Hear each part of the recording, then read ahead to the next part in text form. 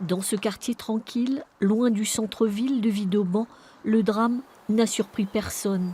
Le couple se disputait souvent. L'homme avait déjà eu des problèmes avec le voisinage. Il était connu pour des faits de violence. On entendait souvent avec son épouse, qui vraisemblablement n'était son épouse que depuis peu de temps, des agressions verbales, etc. Il battait ses chiens. On la voyait très peu, elle aussi. Mais bon, la gendarmerie, la police municipale intervenaient toutes les semaines. Ils se disputaient souvent, disons, selon ce que le voisin disait.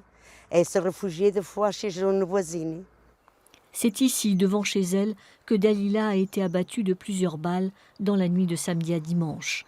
Menacée plus tôt dans la soirée par son conjoint, elle s'était une nouvelle fois réfugiée chez une voisine pour appeler les forces de l'ordre.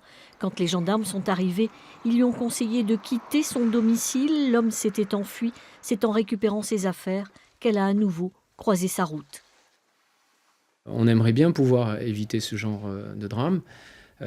Pouvait-il être évité? Ça sera éventuellement la chronologie de l'affaire, avec le juge d'instruction aux commandes qui déterminera exactement qui a fait quoi, qui a averti qui.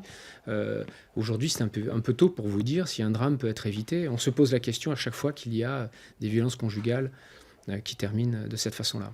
Interpellé hier soir sur cette route, à l'issue d'une course-poursuite mouvementée avec les gendarmes, l'homme a été placé en garde à vue. Il sera présenté demain à un juge et vraisemblablement mis en examen pour assassinat, port d'armes prohibées et violence sur personne dépositaire de l'autorité publique.